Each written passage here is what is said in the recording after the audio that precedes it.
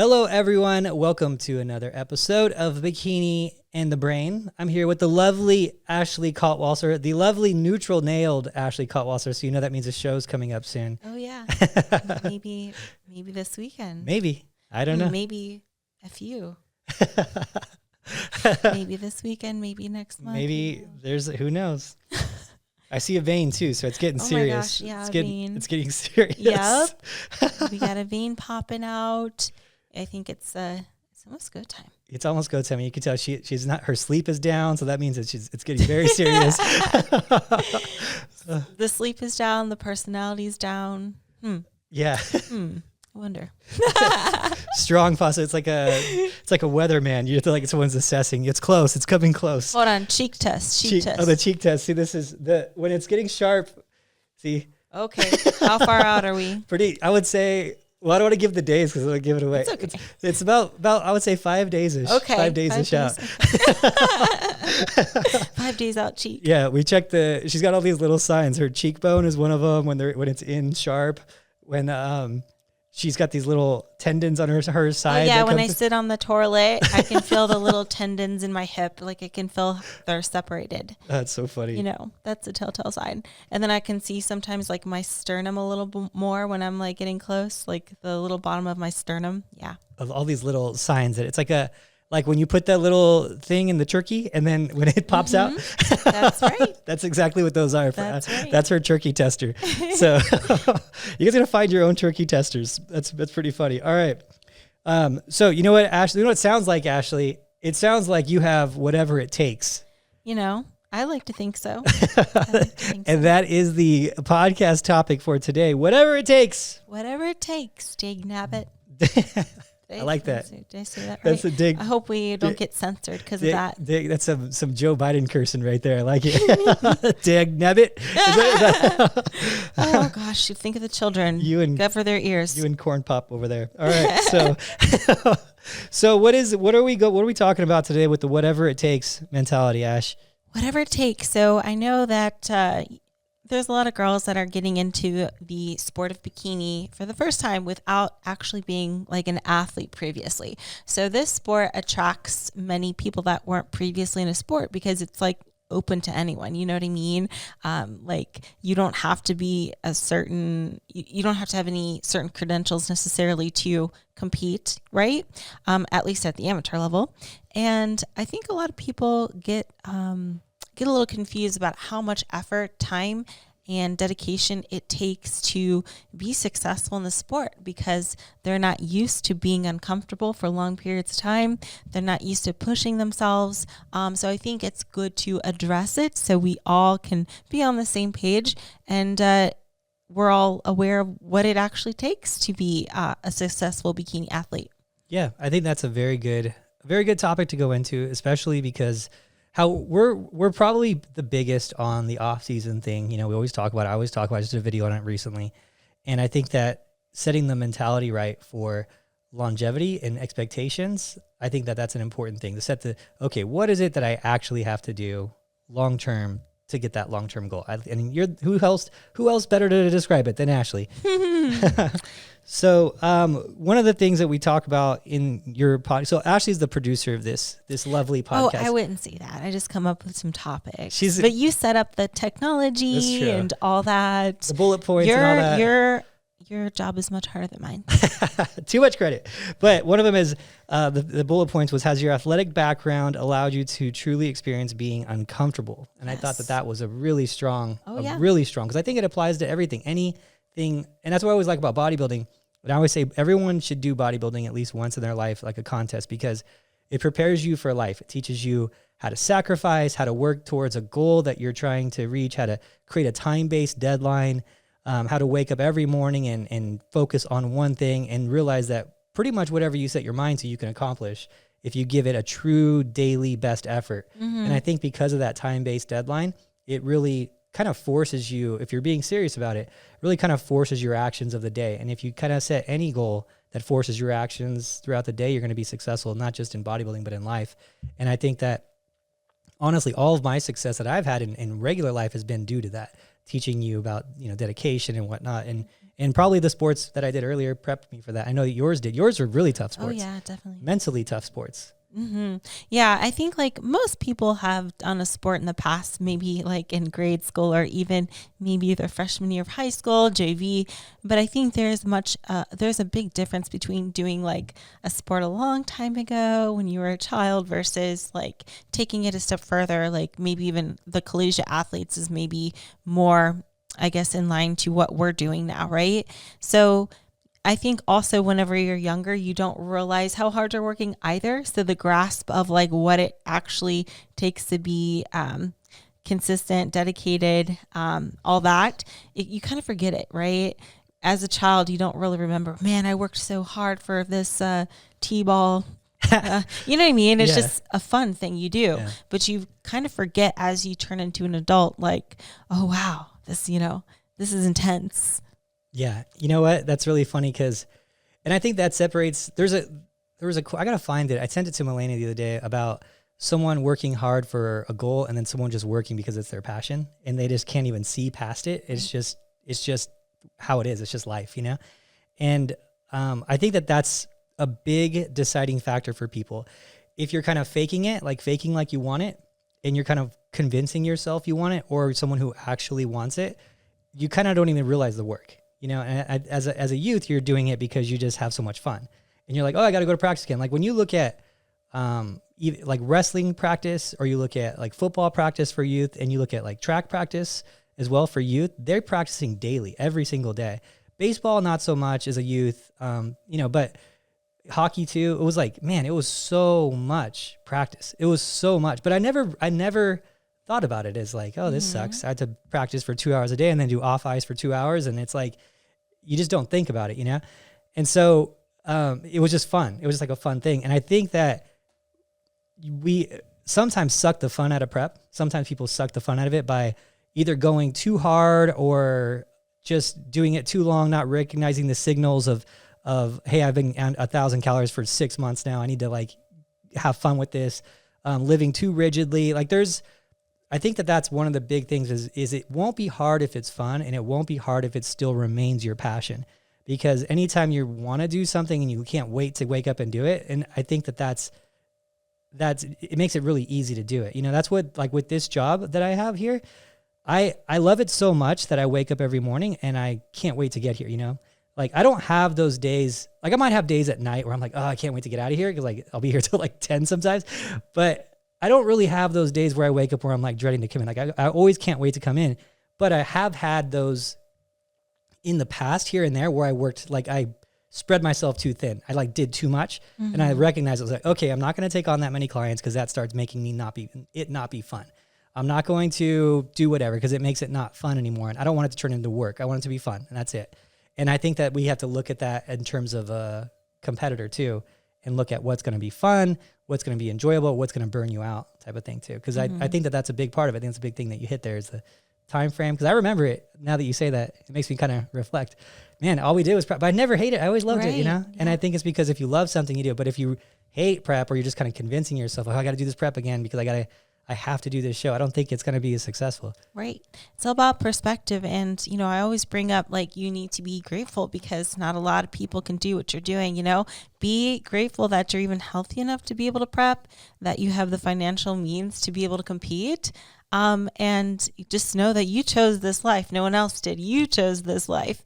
And what do they say?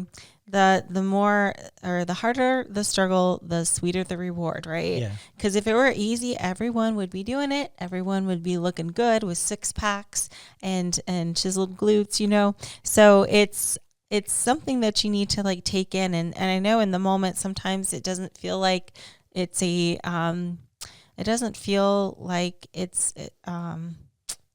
desirable thing, right, to be in prep. But if you zoom back and just realize, whoa, I'm in a pretty cool position to where I can do this. I get to transform my body and, you know, just like you said, recognize the things that are going to cause you to be miserable and, you know, do your best to navigate around it, because it doesn't have to be as rigid as people make it out to be. You just realize if you're in this more for the long run rather than like, oh, I need to get as shredded as possible in 6 weeks, doing like a 6-week quick quick prep, that's obviously going to be much more difficult than just taking it slow and steady and allowing yourself a little more time so that nothing is so much all at once. You know, I think that's what keeps a lot of people going, is just like knowing that, like, hey, this is a slow process. I'm willing to be patient to give my best physique on stage, rather than like as we always say, the black and white, right? Either you're off or you're on. Yeah. So prep doesn't have to be like off or on. There's that gray area that you can mingle in there for a while, and then, put the pedal to the metal when it's time. But yeah, so just, recognize that you're in a pretty cool position that you get to do this. Yeah. Being grateful for it. I think that's important. Especially that's the hard part about, I think, prep especially, is as a coach, I see it happen all the time where someone loved the gym so much and they love fitness so much, and it's like their daily passion. They can't wake up to go to the gym. They go to their work and they're like, oh, I can't wait to get out of work so I can go to the gym, see my community, see my friends at the gym that I say hi to, work my glutes, whatever, right? And they're all excited. And then something happens and they're like, okay, well, you know what? I've been doing this so long. I want to do a show. My friend did a show. I want to do a show. And then something happens during that prep where it was so hard that they like don't want to go back to the gym after the shows. It was like, I just need a break. I burned myself out, this and that. And then they can't find that passion again. That really does.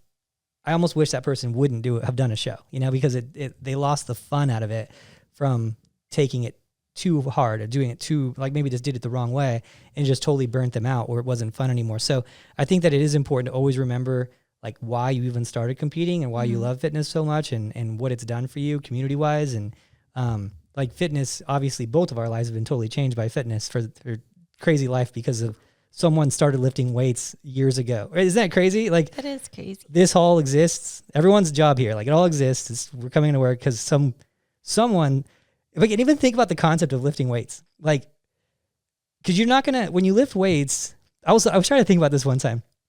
When you lift weights, the next day you're sore. So intuitively you'd be like, oh, I shouldn't do that again. Like if you're the very first guy to do it, you'd be like, oh, I probably shouldn't do that again because my body's telling me like it didn't like that, right? So, and it's not like you see the results the next day. It takes months. So who figured it out? Who's like, I'm going to put myself through this pain and then maybe I see some progress in a few months. You're right. Like, I never thought of that. Especially with like, you have to eat right for it. You have to see results.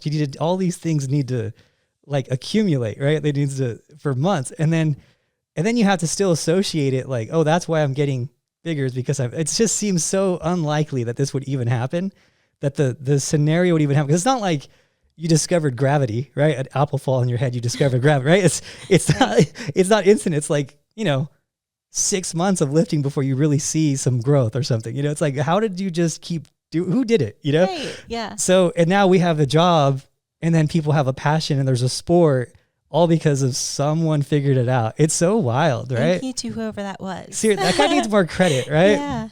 Yeah, that guy needs more credit. Definitely.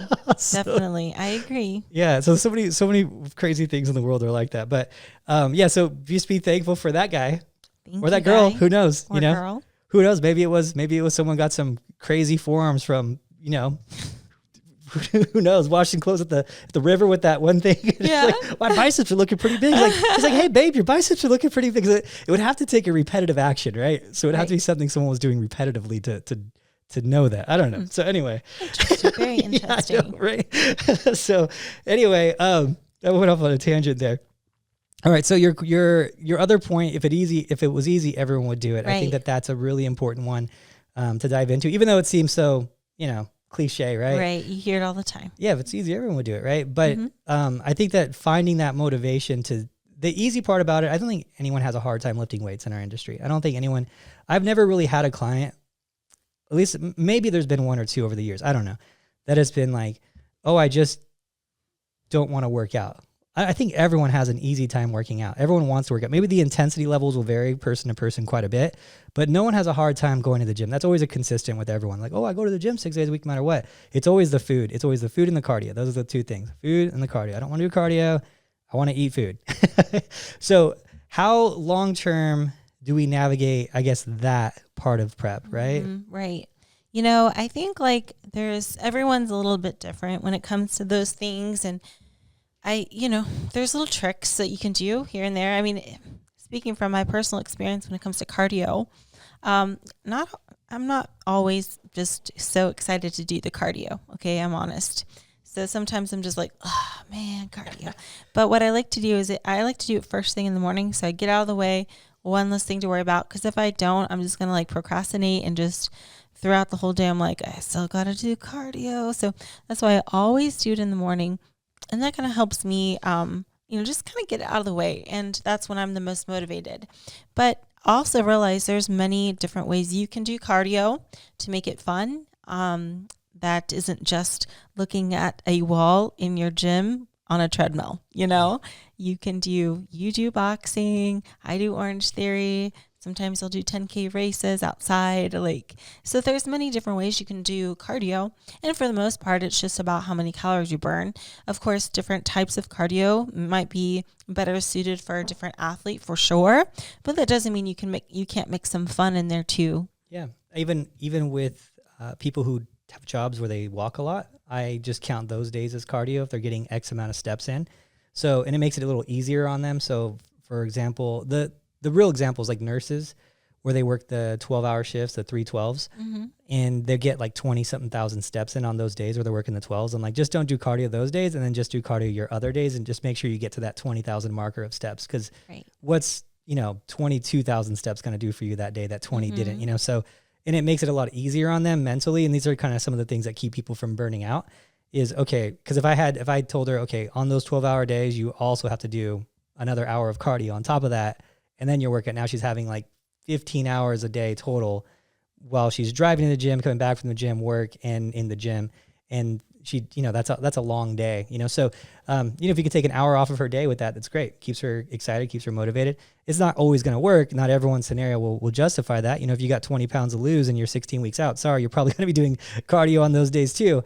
But again, usually a lot of this comes down to just having a good off season, which we always talk about. Losing 10 pounds in 16 weeks. That's going to be someone who can do cardio, just steps at their job, right?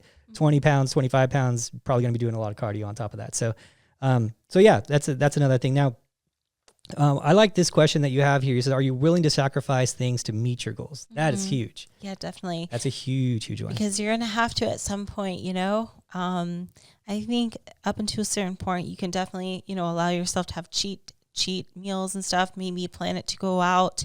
But, when you get close to a show and your friends are asking if you want to go out for a beer and pizza, not even, I would say this, even if you don't indulge in that, you're going to be up late and then that messes up your schedule. You know what I mean? So as competitors, you need to be super regimented, have your routine, because consistency will go a long, long way here. So you don't want to fall out of your routine so much that it hinders your training the next day, So try not to stay up late and try not to do things that are going to disrupt that flow that a lot of competitors have. So, that's just one example, but there's going to be times where you just aren't going to be able to do the fun things because it might disrupt your flow a little bit too much. And of course, food is included in that, but it can extend out to just staying out late. Yeah, I think that this is a hard one because I think it becomes hard in our sport, especially in bikini. In bodybuilding, it's a little bit more, I think, observed by the men that this takes everything and everything, right? It takes anything and everything. But in bikini, a lot of times people get into bikini, they're just regular fitness people, right? It's the starting level of bodybuilding. So they get into it like, oh, I think I'm going to do a competition. When you get to the bodybuilding level, you've been lifting for 10 years. They've been doing it. It's the end level. So they've gone through all this whole process. So the mentality is a little bit different. But the same people who are saying that they want the same result as the bodybuilder are doing different things.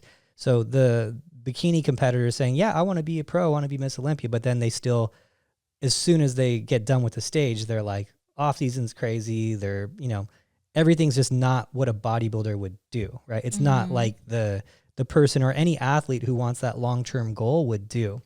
And so I think that's where I think everyone needs to take a step back, and especially I love this question, is like, are you willing to sacrifice to meet your goals? So you have to really sit down and maybe even write it out. Like, what is my long-term goal? What's my 1-year goal? Maybe you're a competitor and you just are getting ready for your first competition and you're like, okay, I just want to be nationally qualified and I want to win an overall before I even think about doing nationals or something like that. Maybe that's your goal. And then you have to say, okay, am I doing everything for that? Or every time to my prep, am I going to take a step back and just try to reach my last physique that I had? And that's where people get stuck on the hamster wheel. And then they just keep doing the same thing over and over again. And they just keep trying to get back to that first physique they had. They'll get to that physique. They look awesome. They have, crappy off season.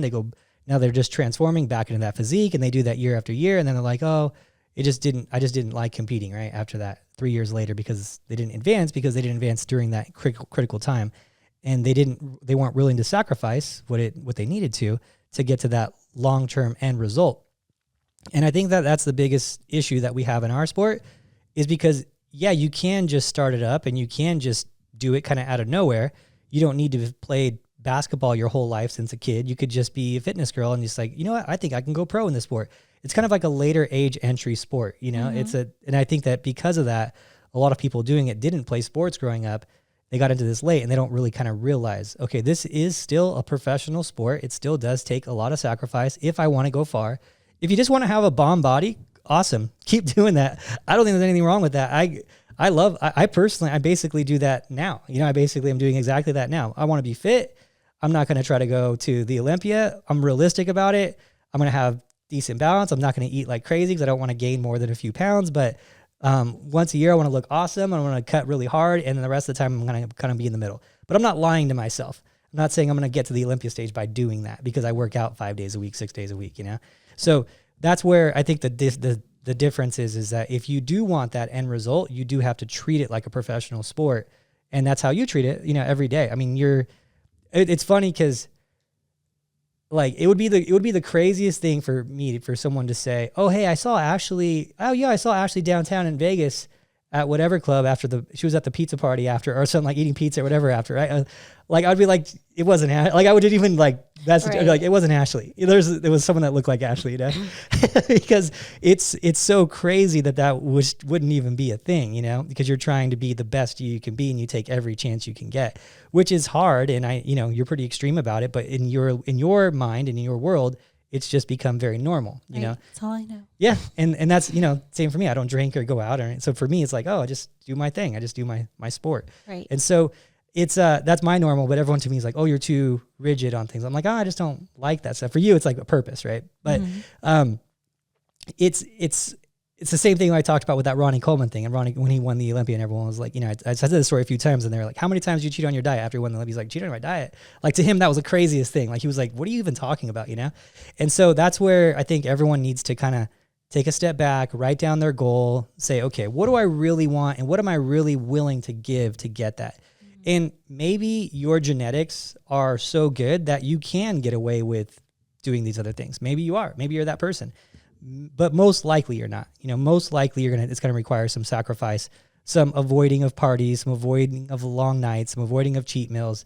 And it's just the reality of things. Having your cake and eating it too is a pretty rare scenario for someone who's in this sport. It's pretty freaking rare. Which is that saying is kind of a weird saying, right? Like, has anyone ever had cake and not ate it too? Like, is anyone ever like, right? Do you buy a cake just to look at it? Yeah, like that's saying. Some of these sayings don't make any sense when you think about them. Like, true. who's ever done that? That's pretty self-inflicted, some self-inflicted pain right there. I'm just gonna buy a cake and not eat it. I'm just gonna look at it. I don't want to be that guy that eats it too. I'm just gonna buy it and look at it and just watch it go stale. Yeah, exactly. Good times. Terrible slogan for worldwide cake sales. Oh goodness. So as you then become a bikini athlete, right? We're in that transitioning phase from being a normal person to now we're shifting to bikini athlete.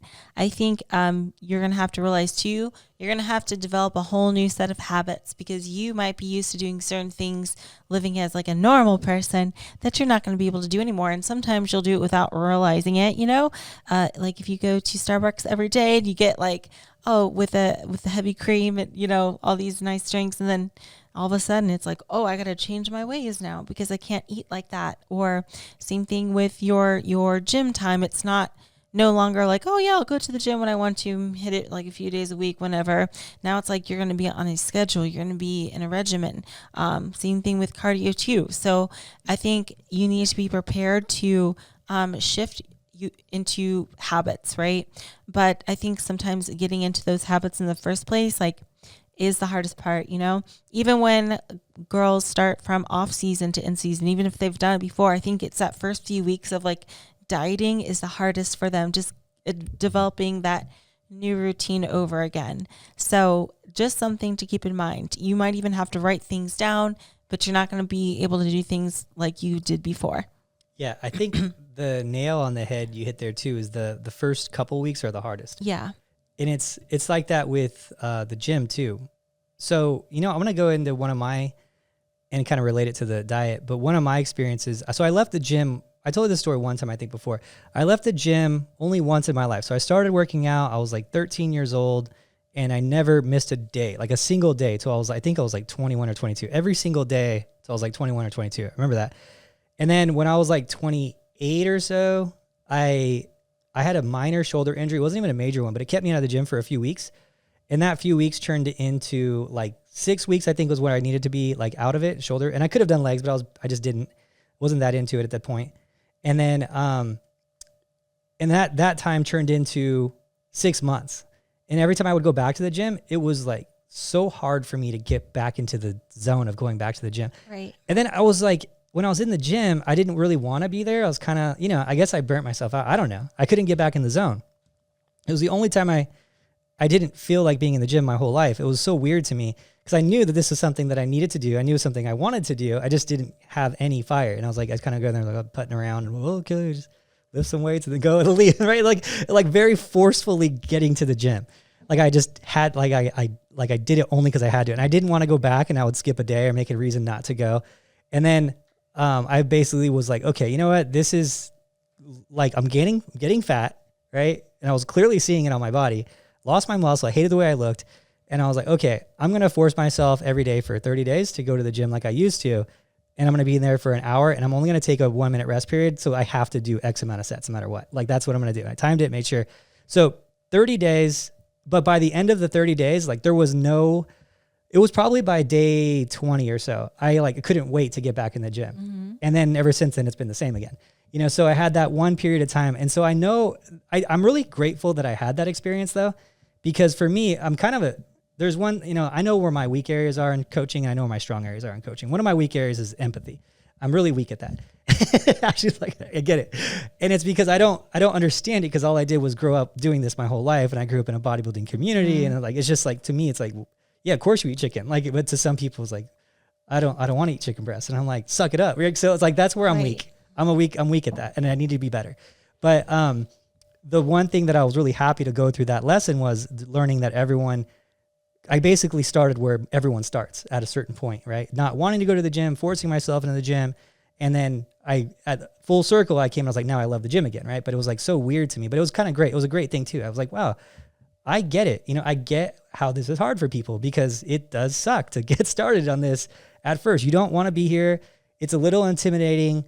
I knew what I was doing, of course, so I had that advantage, but like a lot of people just don't know what they're doing. And yeah, it was a weird scenario. And so with that, I kind of understood it, but then also the same thing I could apply it to was the diet. The same thing happens with the diet. The first 4 days of a diet are terrible. You're hungry, but the thing is your motivation is super, super high. So you'll do it because your motivation is super, super high. You'll do it, you're planned, you're excited, but then you get to like day 10 and you're like, gosh, did I really even want to do this? Like, you start like second guessing yourself and that voice comes up in the back of your head and starts getting louder and louder. And it's the same thing that applies though. Once you start seeing the results and once you start going through it and you go through that day 20 or day 30, whatever it takes for you, then day 21 is just routine. And after, you're Ashley on your day 2100, you're just like, don't even know how to live a different way. It's just part of life, Right. And I think that that's the important thing with prep is that I think it's important with prep and with off season is that once you get in the zone, like stay in the zone. It's so important to not go off the tracks, because if you go, I don't know of a better example than that scenario. Lifting literally every single day from 13 to 21. Like I didn't take, it was important to me. I wouldn't even take Christmas off. I would lift my mom's chairs in the garage and do shoulders. And I always made sure that I had like lateral raises, like shoulder day on that day, because I could always find something to do shoulders with. And because it was like this thing, I was like trying to accumulate how many days. Could I go my whole life? I was like, could I go my whole life and never miss a day of working out? It was like this whole thing. And then eventually I took days off. But so someone like that can go to not even wanting to be in the gym, right? Mm-hmm. So that's how fast it can derail. So when you get done with your show, just try to stay on path. Just try to stay on path, stay in the gym. Go through a deload if you need it, of course. But I think that it's important to know, hey, it's going to be hard to start back up again.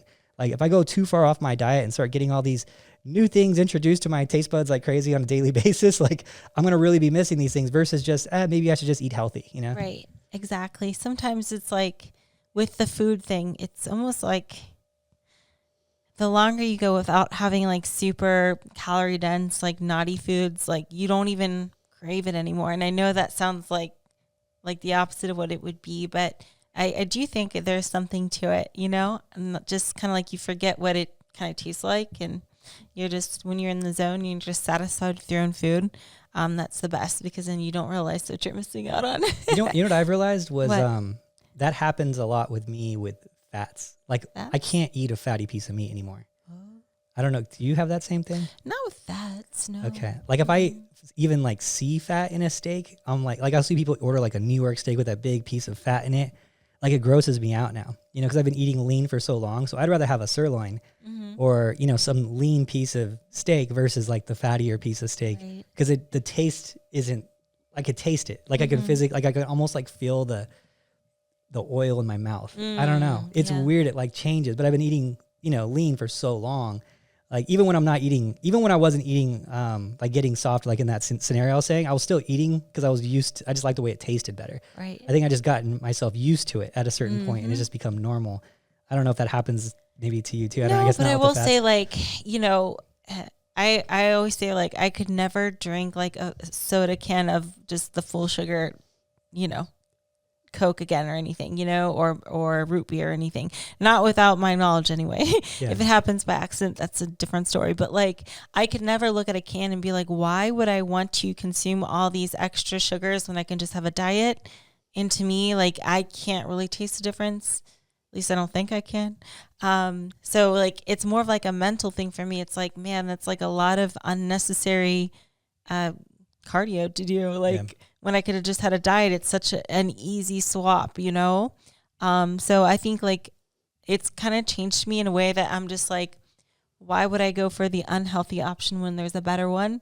And I'll always think that way from now on, Yeah. So that's like a good benefit, that I can take with me for the rest of my life. It's like, why do the unhealthy one? Especially like when you're drinking calories, it's such a waste. They go by so fast. Yeah. It's like, ugh.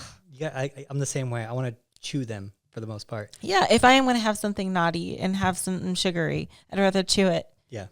Like actually enjoy it rather than just sipping it. I don't know. Quite calorie expensive to consume, to drink it. Exactly. Calorie expensive. So, I think because you're a great example and have a lot of experience with going through this process, how hard did you go through any struggles with that yourself? Like going through the adjustments of, lifestyle and adjusting to this like, hey, I got to be, I know you don't sleep so well, but at least try. I got to try to get to sleep. I got to try to how was that and how was it affected your life? When I was competing back in the day in like the 2013-15 era or whatever, I did struggle with the diet big time. I was like obsessed with food. Like when the ads came on Sunday, it was like such an excitement to get the weekly ads from grocery stores so I can circle what I wanted. All I thought about was food. When I competed, I just was thinking about what I wanted after. Like I always say this, and I don't know if there's any science that backs it up, but I've like retrained my taste buds to not want that, so I don't really think about food that much anymore. I only get hungry sometimes, like in the morning sometimes. And I don't really have bad cravings or anything like that. So I'm lucky in that sense. I don't have anything that can explain it other than that I kind of just done it for so long that my taste buds were just like, yeah, this is good, and just learning to prepare your food in a way that tastes good to you, but in a healthy way. There's so many sugar-free condiments out these days, sugar-free barbecue, a lot of hot sauces, like all these fun things you can spice up your dishes with. And, they're low calorie or calorie free. So, just learning what you like, how you like it cooked and prepared. And just, I think too, for me, is not being overly rigid either. I'm not going to set alarms on my phone. Oh my gosh, it's time to eat chicken and broccoli. I'm kind of just, chill with it. And every once in a while, I'll like pick up a little snack or something, but I don't really have urges to just have this huge cheat meal or anything like that. I actually hate the feeling of being completely full. I like to be like waking up with a nice small tummy and just being like, yeah, all right, feel nice and lean and ready to go. Yeah. Okay. And then in terms of like lifestyle, was there anything that you had to go through, any weird adjustments, or is it I used to be a lot more social, but I don't really think that was ever something that held me back as much, because I've kind of been like a little bit of maybe not loner is a good word, but okay with just spending time with myself, and that's it. Like my alone time. I appreciate my alone time. So it was never like super, super, oh my gosh, I need to hang out with people. Like I used to be a lot more social, but like when I was in college and afterwards, but I don't know. My personality is just okay with doing things on my own, my way. Yeah. I think your living scenario too was part of that too, with when you had a whole bunch of people around you doing social and stuff like that too at the LA area. Yes. So that made sense. Yeah. I guess I'm similar with that. So, but okay, cool. So just seeing like from personal experience for you, if there's any tips you had for the girls out there. But now, as far as these other questions go, I like this one a lot too, because this I feel is super important. What is prep supposed to feel like? Like, what are you supposed to feel like during prep? Is it normal to feel like a zombie? Right. Let's go into that one. Yes. That's important. Let's go into it. Well, let me just say, you're not going to be all 100% sunshine every day into your prep. There's going to be days where you're going to feel like poo-poo. There's going to be days that you're not going to have the best energy. And you probably shouldn't at some point have like you shouldn't be feeling like on top of the world all the time, because maybe that means you're not pushing yourself hard enough. But at the same time, you shouldn't feel so lethargic to where you can't get out of bed in the morning, So there's a good balance. But it's also going back to like what we talked about in the beginning. Do you know what it feels like to be uncomfortable? I think that's something you need to ask yourself. Or do you remember what it feels like to be uncomfortable? Because you're not going to feel like 100% normal all the time during prep. There's going to be ups and downs with it all. Yeah, I think that's probably the biggest disconnect we have with people getting into the sport. And it's hard too as a coach because you don't know, how the athlete's truly feeling. You just can kind of go off of their experience and whatnot, Mm-hmm. So like, for example, if you told me, hey, I'm dying, like I'm so tired and lightheaded or whatever, right? Like I'd be like, okay, there's a problem there, because she never says that and she's been doing it for so long. She could recognize those signals, right? Now, if it's someone their very first prep and they've never done this before, it's hard, because you're like, as a coach, you're like, well, are they actually, or is this her just not understanding this is how prep is? Like, it's supposed to be hard. Like, I don't know. Yeah, there's no way to tell. Yeah. Right. It's like, what is it actually? Like, are you actually hurting that bad? Or is this, so, and then a lot of times the way you have to kind of look at things as a coach, you have to stand back and just say, okay, how much has she lost this week? How much has she been losing? Like, is her strength maintaining? And you look at all these other signs to try to figure it out. And if she's losing, a pound a week and her strength staying the same, like more than likely she's probably in the proper zone, the proper calories. And she doesn't know that, hey, prep just sometimes kind of sucks. It's just the reality of things. Mm-hmm. I think that we need to understand that your body is not designed to be extremely muscular and have very low energy reserves, because that's counterintuitive to what the body wants to do. The body wants to have energy reserves, so body fat, in case there's some extreme famine and you can't get any food, and it wants to reserve energy, so not have extra muscle, which burns up a lot of calories. So having extra muscle is energy expensive, and then you're trying to minimize your energy savings And it's not a recipe for success as the way the body feels. The body says, hey, slow everything down, stop moving so much.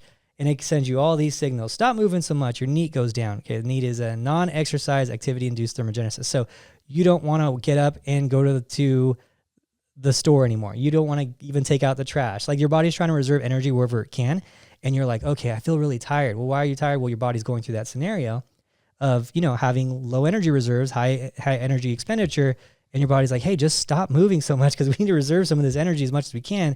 And you're getting all these signals that are fighting you to do exactly what it is you want to do. And then you're like, oh, this is hard. This is, right. But this is what it takes. Unfortunately, there's no way to do this in a comfortable way to get you to that level of conditioning with having that much muscle and just be totally comfortable with it. It's just not realistic. You're not supposed to look like that. Right. It's just completely counterintuitive to what your body wants to do.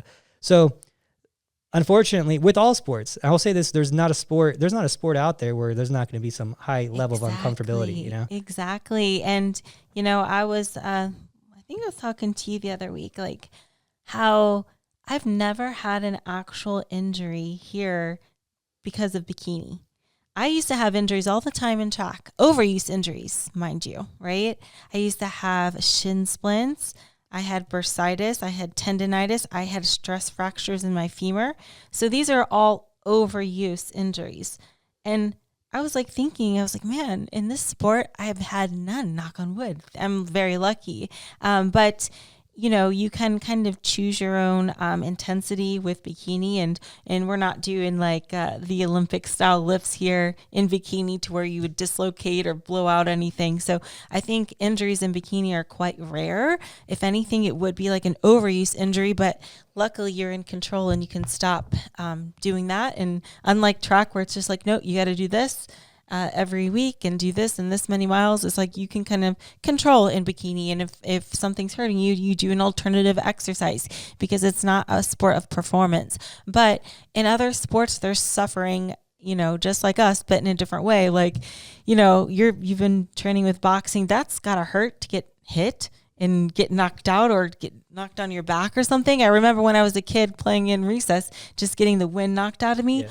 Oh my gosh. Like if you're playing like a kickball or something, you just, oh man, that hurt so bad. I remember in track doing the 400 meter repeats, having to throw up after that intense like workout. So there's pain in other sports. But I guess one of the things that when we experience that uncomfortable feeling is with like diet and just getting to a body fat percentage that isn't ideal for energy, So it's our own little way of suffering, I guess. Yeah. But all sports have to deal with it in some way, somehow, but not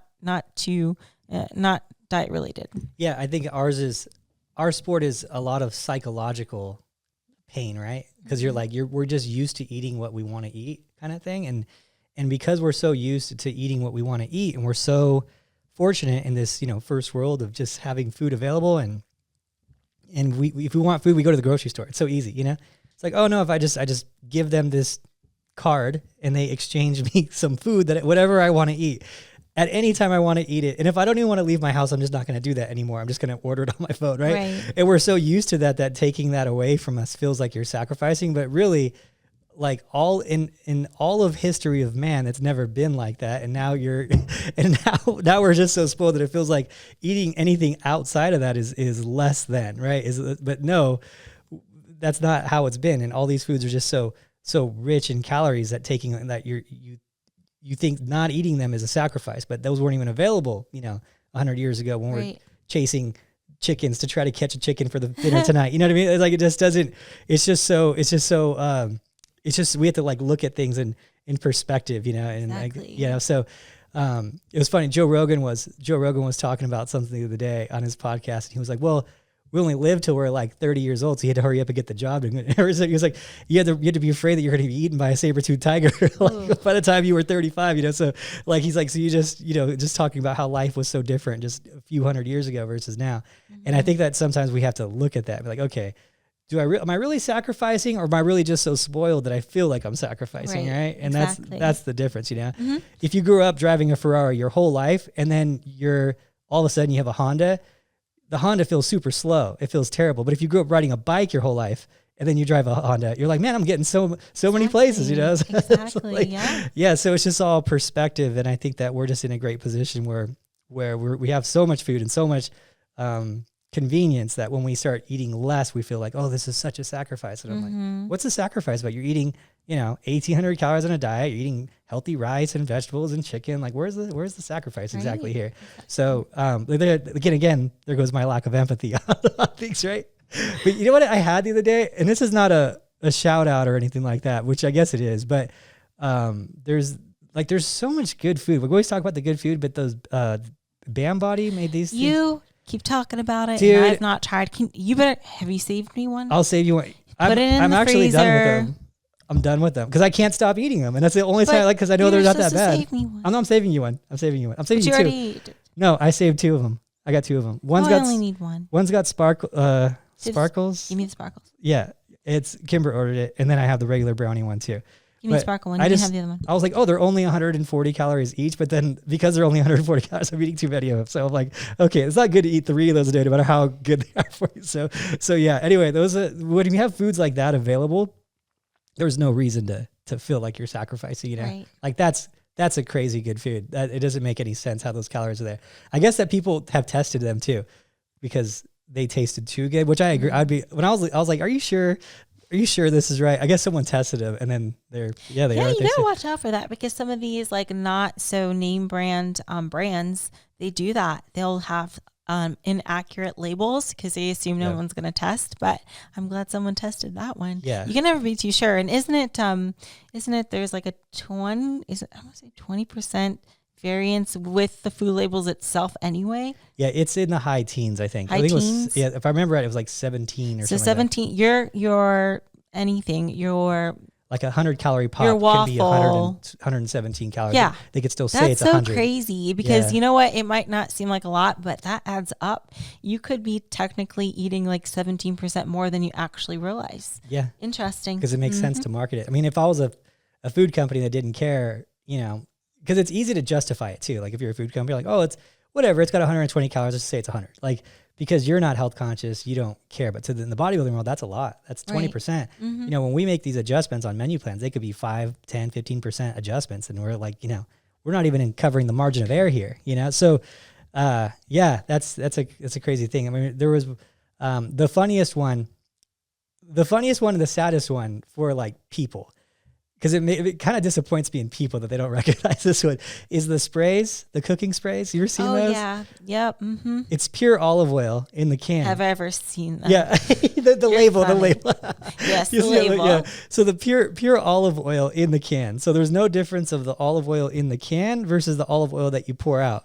Right. But the olive oil in the can says 0 calories. Because it's like 1/5 of a spray. Like, how can you do 1/5 of a spray? Yeah. It's like there's like in servings per bottle is like 2,000 or something ridiculous like that. They're like, oh, it's calorie free. I'm like, do you think miraculously putting olive oil in a can makes it calorie free?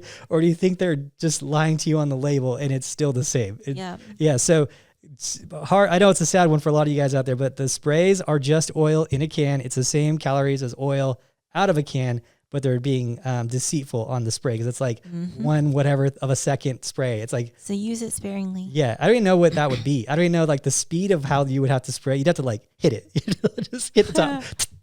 That's it to get it to actually be the calorie spray. So, yep.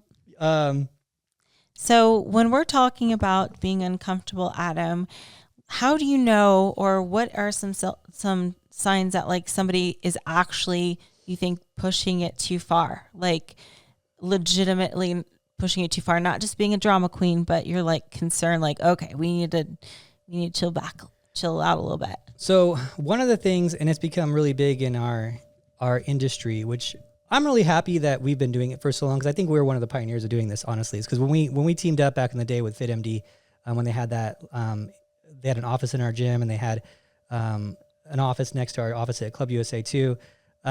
It was just doing their labs really helped me learn a lot about what we're doing to athletes, and working with Dr. Ramos, taught me a lot about, okay, are we pushing too hard sometimes? Are we not? And you would see it on the lab work, which was really great. So that's the best way, is always going to be the lab work, but obviously not everyone can do that, afford that, has someone that knows how to read it. I get it. That's a hard thing to do. But the things to look at are, is your strength going down significantly in the gym? Because if your strength's going down significantly in the gym, it's going to be harder for you to lose the fat that you want to lose when you're not working out as intensely. That's always one of the bigger things. If you can maintain your workouts in the gym, you're going to be able to maintain the results and the pathway to getting the results a lot better. If your workouts start sucking, your results start sucking too. So if you're dieting so hard and cardioing so hard where your workouts are really suffering from it, that's one sign. Will your workouts suffer though? Yes, they will suffer. So let's not gray up that area. Your workouts will suffer the farther you're in prep to some degree.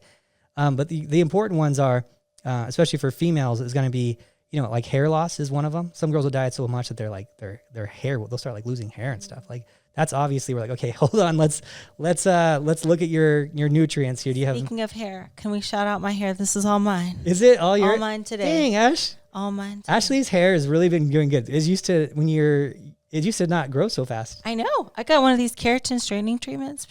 Yeah. You need to get one. They're yeah. awesome. And that okay, anyway, so, enough with the bragging. Yeah, that's good. That's a good thing. Remember, because you had there was a time where it was like when you were, remember it was your thyroid, right? It was your thyroid was low. And also I used to wear a lot of like sew-in extensions too, which is now only wear clip-ins. Okay. So that's going to be a sign. Your workouts are going to be a sign. Mental fatigue will be a good sign too. So like you just don't want to be in the gym at all anymore. Like you're really burnt out on it, and a normal deload isn't getting you back in the zone. That's part of it too. Maybe taking a week off and then adding some calories and doing a little bit of a diet break might be the right time for you. Mm-hmm. But the big, injuries, starting to accumulate injuries, overuse injuries. Yep. Things like that. So those are kind of the main ones that you want to look at. But that's why we have like on our check-ins, we have strength is your strength up, down, or the same. Mm-hmm. And I don't want to see too many weeks in a row where it's down, down, down, down. I expect every once in a while it will be down, but yeah, I get what you're saying. Yeah. You want it to be a consistent decline. Yeah. In a prep, I would like it to be in 16, let's say a 16-week prep. If I have a down week, a few times within that 16 weeks, fine. And the last 4 weeks down in a row, that's fine. But I don't want to see it every single week from 16 weeks out down every single week because there's a problem there, So I want to see strength up, down, down. Same. Yeah, exactly. So, and you should be tracking your weights. I think that's an important thing for people is, you have a workout plan. It has how many reps you should have on it. Track your weights in the gym.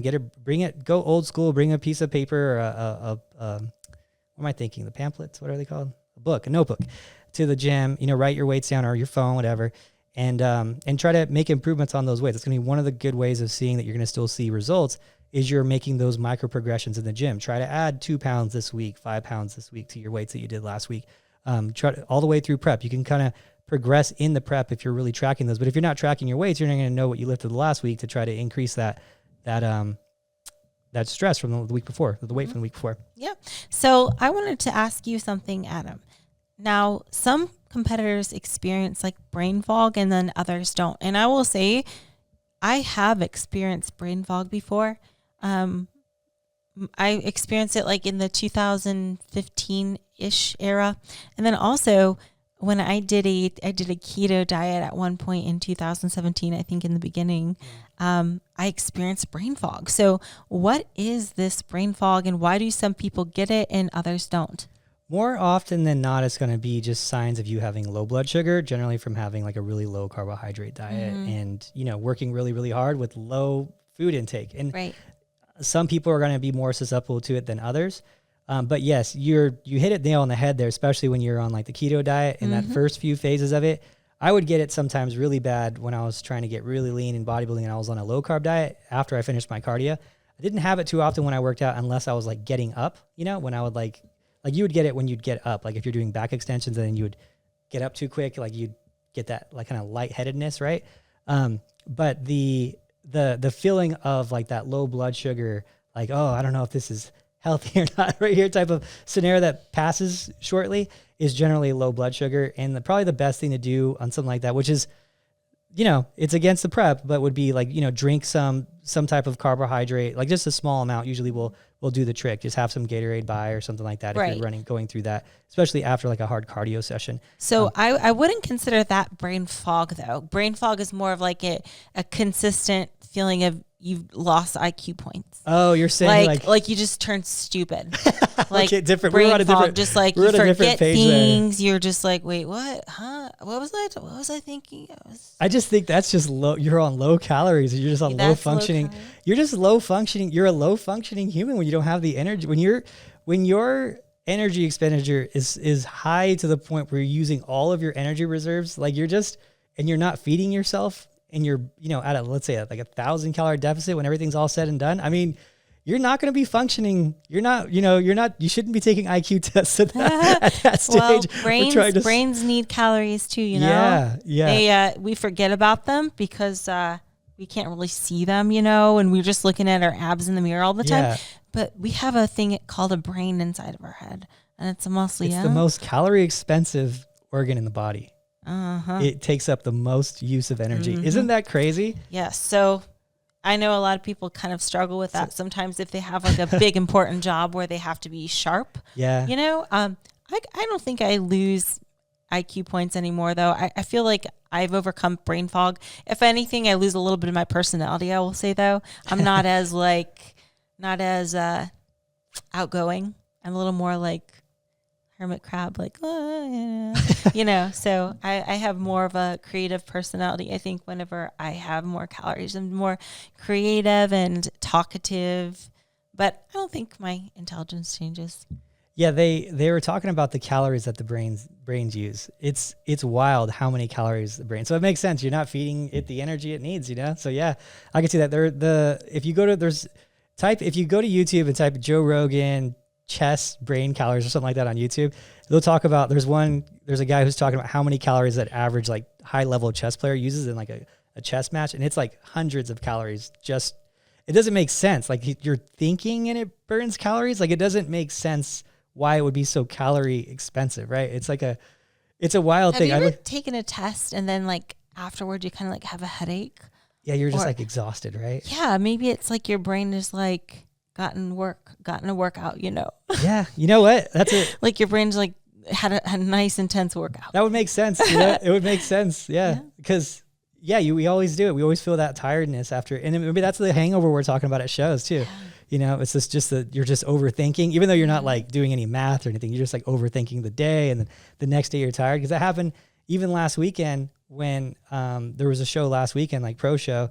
I wasn't even at the show, and I was like, the next day I was like kind of a little mental fatigue. Yeah. Oh gosh. Yeah. It's I think that's what it is. Just calories, just pure calories. So. Oh goodness gracious, the calories. So, I mean, other than those things mentioned, is there any other things that competitors look out for that maybe they're pushing it a little too hard, you think?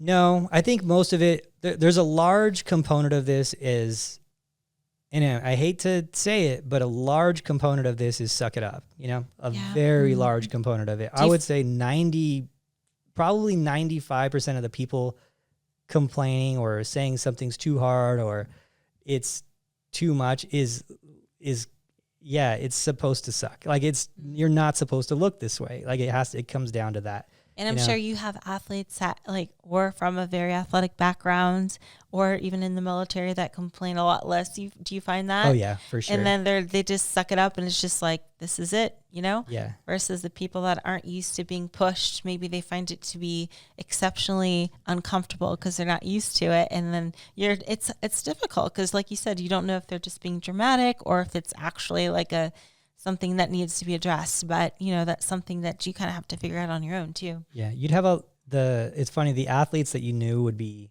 easy, like especially, well now I work with, primarily women in bikini and wellness and whatnot. And so, but if I'd get like a men's physique guy who was a wrestler before, I was like, it didn't matter. Like you can do whatever you want to that guy. He'll get lead. Like it doesn't matter, but it's funny is that when you'd get, so if you have like a wrestler who was doing like men's physique, they don't care what they eat. When you wrestle, you have to make weight and you're trying to make the lightest weight you can so you could be the best at that weight, right? Type of thing. And so, but when you'd get a bodybuilder who had to make a weight class, who was never played any sports like that before, they'd actually complain a lot too. When I was doing bodybuilders back in the day, I'm like, no, you got to make middles. Like you're going to have to make middles to be competitive. Like they would be like, They would complain just as much as like a brand new bikini girl. Try to make that cutoff. It was pretty funny. So yeah, but it is a sports thing, and just setting their mindset right is a huge part of it. You know, I think especially, I do think that there is something to do with it as a youth too. Like it's just kind of ingrained into you, the whole food thing. Because when I wrestled and then I went to bodybuilding pretty quickly after that, and food was not a concern. I got a kid carry less, you know. But I do think that was part of it, you know. So definitely, it definitely shaped us to be who we are today and be tough. Like I said in many podcasts before, training for track was much more difficult than training for bikini. Yeah. Much more difficult. The only thing that's more difficult about bikini is the diet, but I got that down. But you know, it's interesting that people, the people, like how they act is kind of determined by their background and how hard they've been pushed in the past. So yeah. So I think in summary, prep is supposed to be hard. There's no way around it. And you've just listened to this whole podcast just for us to say, in conclusion, prep is hard. If there's one thing that you learned, prep is hard. It's hard. There's going to be, the problem is people try to, you know, it wasn't like this before. It wasn't, you know, when you talk about early 2000s preps, you know, everyone was hardcore. There was no way we had such little information that it was almost better, to be honest. Like you had such little information that everyone kind of had to just eat chicken breast and tilapia and asparagus. And it was the way it was, and everyone knew what they were walking into. And now there's a lot more information out there, which I don't think that's the best way of doing things, of course. But because there's so much more information out there, and you have these, like, if it fits your macros guys, and you have, it's the same thing whether you do this or that. And I'm like, no, it's not the same thing. there's a difference. And then you have girls that will like watch that. I'm like, well, this guy says that it's the same thing, and so I should be able to do this and look just like Ashley does on stage and be Miss Olympia too, because it's the same thing, right? And I'm like, well, how many world champions is that guy prepped? How many, you know, pro wins is that guy? None? Okay, still none after 20 plus years? Okay, maybe he's not that practiced in what he's saying, right? So you run into that all the time, and then these people think, the balance is, it just needs to be balanced, right? It could be balanced. It doesn't need to be so hard. I'm like, this sport is hard. It is hard as shit. Like, there's no way around it. So that's a sad reality. I know that a lot of you have to hear. But yes, you're not going to be able to have the best balance while getting ready for a diet, while getting ready for a show, if you're competing at a high level. Now, if you're just a transformation client, again, there was always that. You know, yeah, you can do transformation if you're not trying to win the whole show and just be your best you and have some good balance, no problem. But I'm talking to the girls who say, I want to go pro, I want to go to nationals, I want to be the best. Like, there's going to be some sacrifice in there. You know, there's no way around it. It's believe me, you'll see it on stage, you know? And so it's just like that with any sport. You know, you start missing practices, you start doing things that aren't 100% for that. Of course, you're not going to be the world's best. There's someone out there trying harder than you. You shouldn't be the world's best. It's just, that's the reality of things. Like, why should you be the world's best if someone out there is trying harder than you? You know, that's the same thing with all things in life. The person who tries the hardest generally has the most success. The variance that we have in our sport of genetics are a huge factor. Mm-hmm. But when someone is equally as good as genetics, which there's a large portion at the very top level, probably 100 girls out there that have great genetics that are competing at the top level. If one of them works harder than the other one with the same genetics, then of course she's going to be better. Like, this just, if she's more consistent, of course she's going to be better. She deserves to be.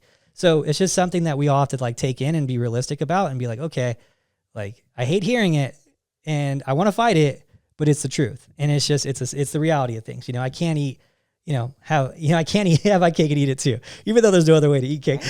But it just makes it all the much more rewarding whenever it's all said and done, and you can display your best package on stage and all the hard work that went into it. It's such an amazing feeling. It's something that you should cherish forever, no matter how many times you're stepping on stage. Just know that, like, that physique that you brought is a result of so much dedication, hard work, blood, sweat, and tears, everything, just for that one moment on stage. So it's kind of cool, you know? Yeah, I agree. That's a feeling I miss for sure. Like, walking off the stage and being like, you don't compete vicariously through me? I do, but it's with my brain. You wear a bikini and everything. I do, and I still compete like pretty aggressively with these coaches too. Like, we're always in each other's DMs, like messing with each other, you know? And but the feeling of walking off the stage where I knew I couldn't do any better was a great feeling, you know, where I was like, okay, whatever, I got third place, whatever, but I know I couldn't have done any more. Like knowing that feels really, really good. Knowing I couldn't have done any more and walking off the stage is like, okay, it is what it is. I did it. I did it 100%. I dedicated myself to this goal. I accomplished this goal, whether it was winning it or not. I still accomplished. I was the best me I could have possibly been. And that's a great feeling, Heck yeah. Yeah. So, Back to the end. So I hope everyone gets to experience that. I don't want you to walk. It would suck to walk off stage and be second place, and then woulda, coulda, shoulda. Yeah. I wonder if I would have just not went out that one time or whatever. What if I would have stuck to the diet better? I could have done better. I should have just stuck to the plan. Yeah. Woulda, coulda, shoulda. Don't want that. Yeah. I had a girl once. It was really funny. You were there actually that year that she did it, where she won Miss Colorado. You were in Colorado. You were handing out the trophies to her. And it was so funny because she won Miss Colorado. So she won the overall, and her husband was like, you got to tell him. And so she told me, she's like, hey, it was the opposite. She actually did really bad like 2 weeks earlier, but felt bad about it. It was like beating her up. She's like, my husband said I had to tell you. She's like, but I do feel bad about it because I lied to you. 2 weeks ago, we went to the baseball game and I ate 2 hot dogs and a beer. I was like, well, luckily you won, but if you wouldn't have won, she's like, I was so worried. I wasn't even worried about like winning. I was worried that what if I got second? Because I know that could have been a huge factor. She's like, so I was so worried, but now that I won, I can tell you, and like, I'm like, it won't happen at nationals. So like, we need to chill at that. It's like, I know I felt so guilty about it, but it was really funny. It was really cute. She was like, but the whole day I wasn't even worried. Like, it was more like I had to win to not have that guilt. Oh yeah. Of what if I wouldn't have had that. She's like, but luckily I won and I feel guilt for now. Well, she got lucky. It doesn't always turn out like that. So thank goodness. So before we wrap this up, I just want to say thank you to everyone that came out to the posing seminar and the glute camp. And we will be having another one on June 17th, right? Yep. June 17th, 10 a.m. 10 a.m. 10 a.m. for the posing, and then glute camp starts around 11:30-ish. Be there, be square. I will be there because I'm not a square. And then another announcement too is Adam's birthday is this Saturday. I won't let you guys forget. So just make sure to send Adam some birthday wishes. I will be posting my annual embarrassing video at some point. That's right. Of you with my hairpiece on in North Dakota. We were so bored. That was the most wild weekend. We were just so bored in North Dakota and just doing those random things. That was so random. Yeah, so I always say it's a tradition. Every time around your birthday, I have to haunt you with it. So, this year will not be any different. Thank you, Ashley, for remembering that. Yes, and hopefully you guys can comment on it when I post it on Saturday or before. You know what else it is too? Is my 1 year anniversary being married. Congrats. Yeah, I know. It's funny. I'm so I'll have to tell you offline. It was funny.